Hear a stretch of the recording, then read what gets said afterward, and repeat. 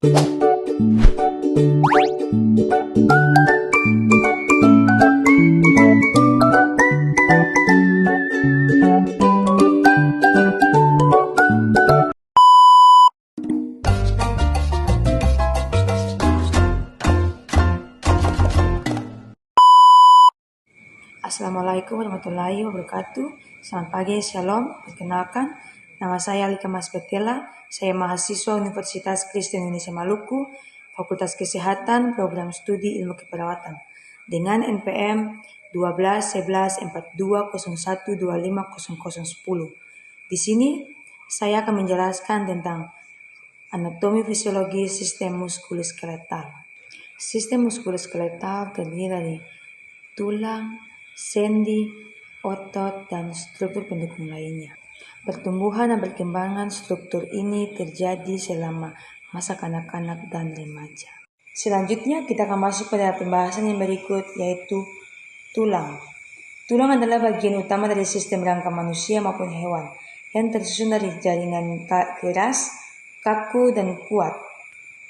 Tulang berfungsi sebagai penopang tubuh, pelindung organ vital, tempat melekatnya otot, serta berperan dalam pembentukan sel darah dan penyimpanan mineral. Secara anatomi, tulang tersusun dari 1 peristeum, 2 tulang kompak, 3 tulang spons, 4 sumsum tulang. Peristeum yaitu lapisan luar yang tipis yang kaya pembuluh darah dan saraf. Berikutnya adalah tulang kompak, bagian keras dan padat dan memberikan kekuatan. Berikut tulang spons, berongga berisi sumsum tulang. Yang terakhir yaitu sumsum tulang, tempat pembentukan sel darah atau sumsum merah dan penyimpanan lemak atau sumsum kuning. Selanjutnya yaitu fungsi utama tulang. Yang pertama, menopang dan memberi bentuk tubuh.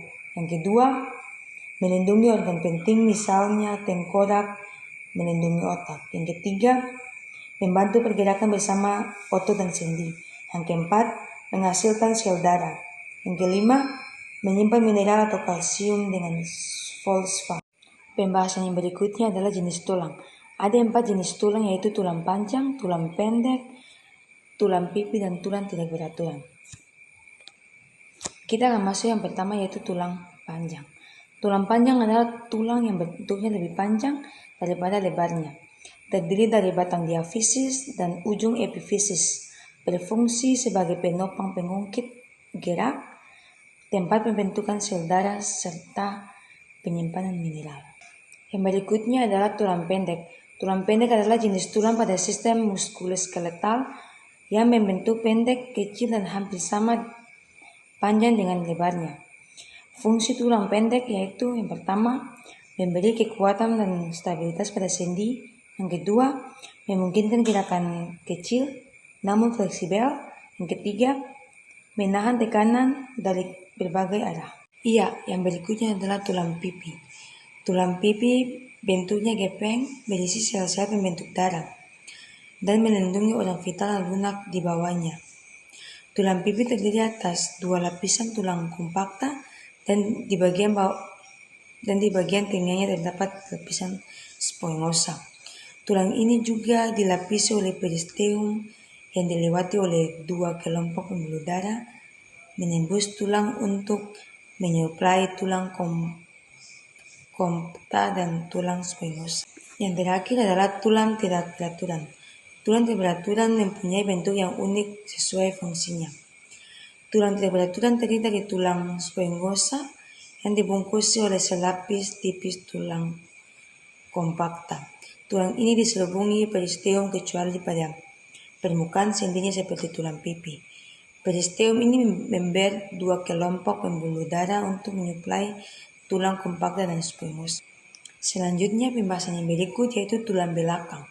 Tulang belakang atau kolumna vertebralis adalah pilar yang kuat, melengkung, dan dapat bergerak yang menopang tengkorak, dinding dada dan ekstremitas atas, menyalurkan berat badan ke ekstremitas bawah, dan melindungi medula spinalis. Tulang belakang terdiri dari sejumlah vertebra yang dihubungkan oleh diskus invertebralis, dan beberapa ligamentum. Setiap vertebra terdiri dari tulang spongosa yang terisi dengan sumsum tulang merah dan dilapisi oleh selapis tipis tulang padat. Selanjutnya yaitu struktur tulang. Tulang tersusun oleh jaringan tulang kompakta atau kortikal dan cancellus atau trabekular atau spongosa.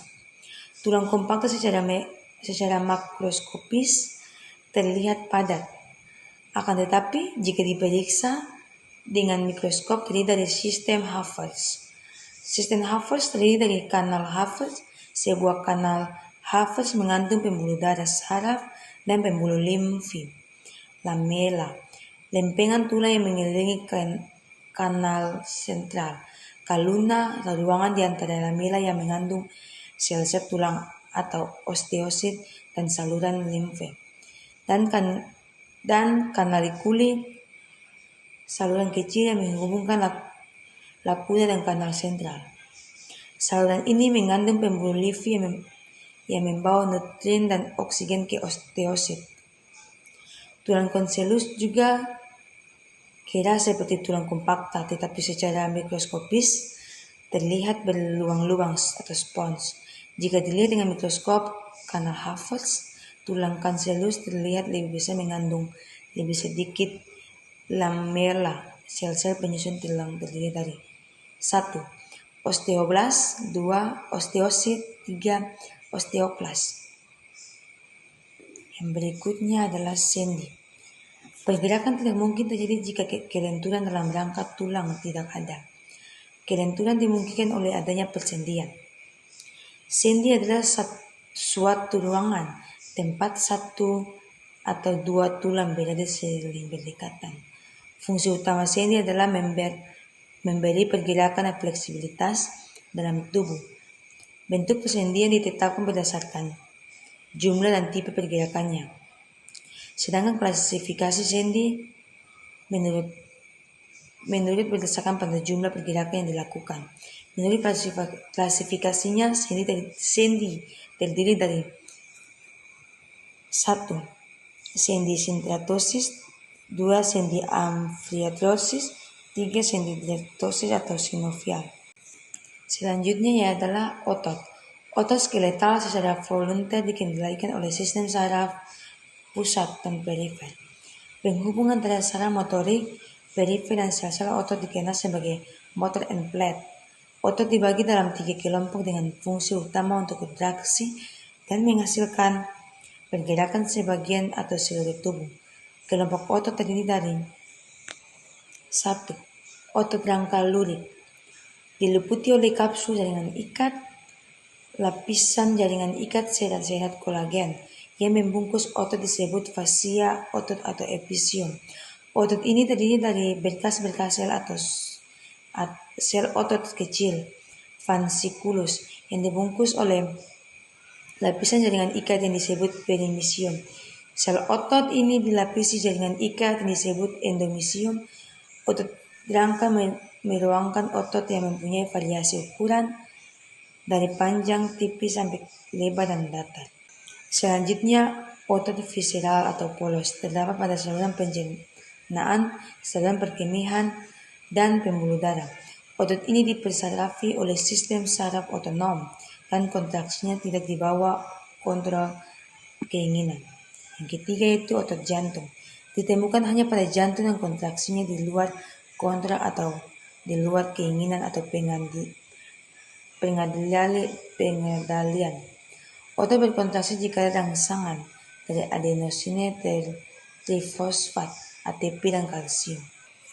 Ya, baik, sekian dari materi yang saya berikan di saat ini. Selamat pagi dan shalom. A few moments later. Selanjutnya di sini saya akan menjelaskan tentang materi anatomi fisiologi sistem integumen. Sistem integumen adalah sistem organ yang paling luas. Sistem ini terdiri dari kulit, kuku, rambut, kelenjar keringat, kelenjar minyak atau sebasea, kelenjar serumen, dan kelenjar mamai. Sistem integumen berfungsi sebagai penghalang fisik, melindungi tubuh dari bakteri, infeksi, cedera, dan sinar matahari. Apa yang menyusun sistem integumen? Sistem integumen adalah organ yang terdiri dari beberapa struktur utama.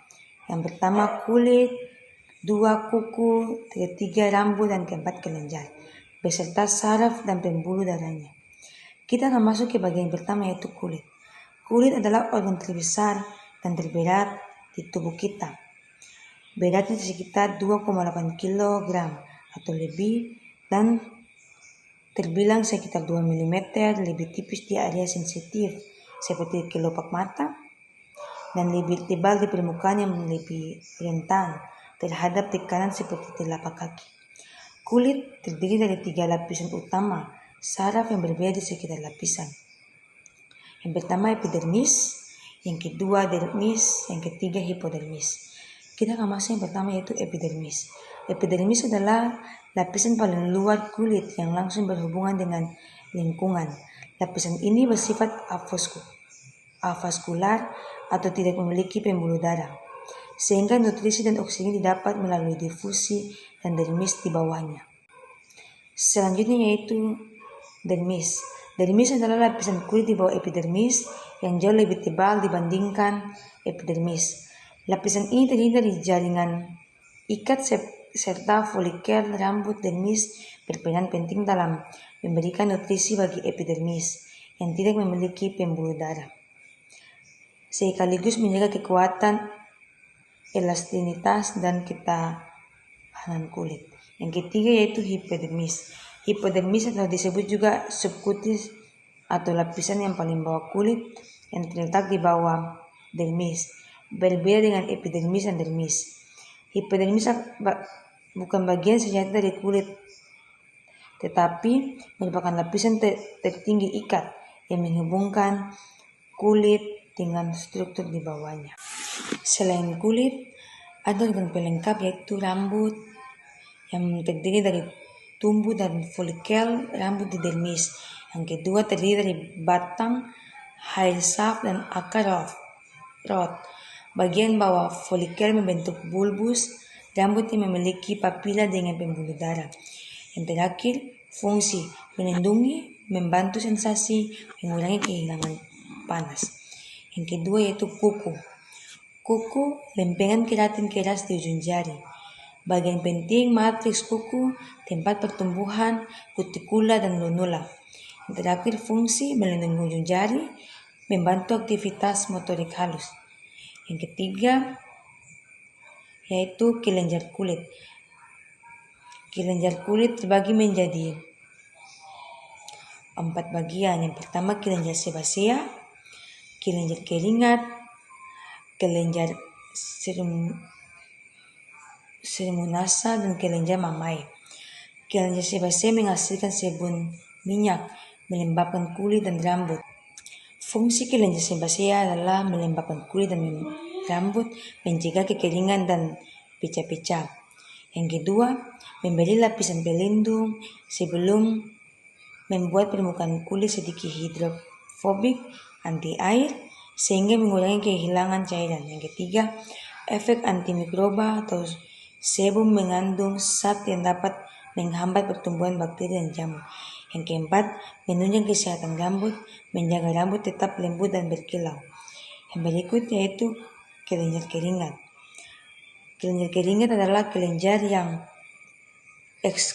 eksokrin pada kulit yang menghasilkan keringat, yaitu cairan yang sebagian besar terdiri dari air, garam, dan sedikit zat sisa metabolisme. Kelenjar ini berperan penting dalam mengatur suhu tubuh dan membuang zat sisa.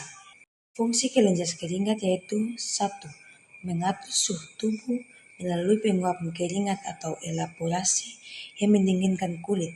Yang kedua, ekskresi zat sisa, mengeluarkan urea, asam laktat, dan garam mineral. Yang ketiga, menjaga keseimbangan cairan dan elektrolit. Yang keempat, menjaga kelembapan kulit. Yang kelima, mendukung fungsi sosial dan emosional.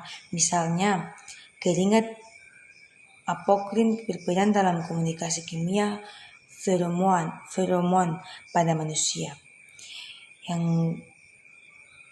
ketiga yaitu kelenjar selumen. Kelenjar selumen adalah kelenjar khusus di kulit, liang telinga di luar yang menghasilkan selumen. Kelenjar ini merupakan modifikasi dari kelompok atau kelenjar keringat apokrin, sehingga sekresinya lebih kental dan berminyak. Terdapat di bagian luar saluran pendengaran, berhubungan dengan folikel rambut dan kelenjar sebagai di sekitar liang telinga.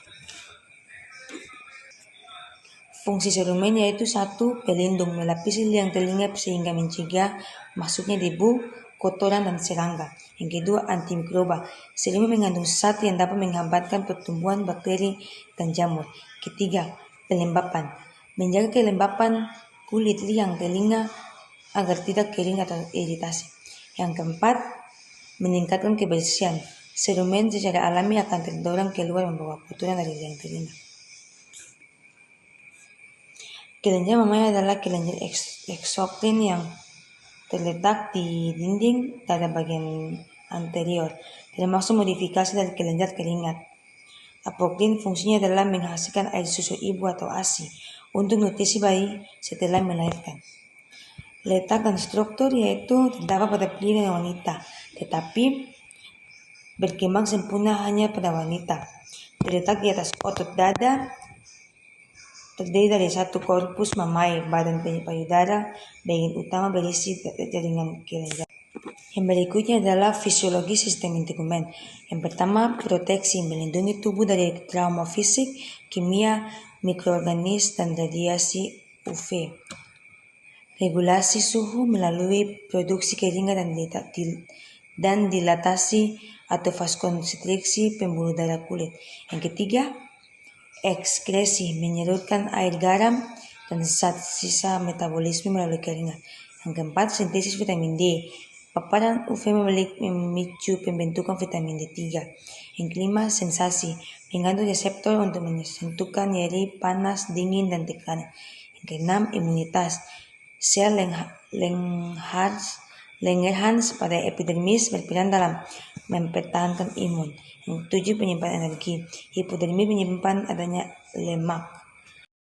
Sekian penjelasan dari saya. Terima kasih dan shalom.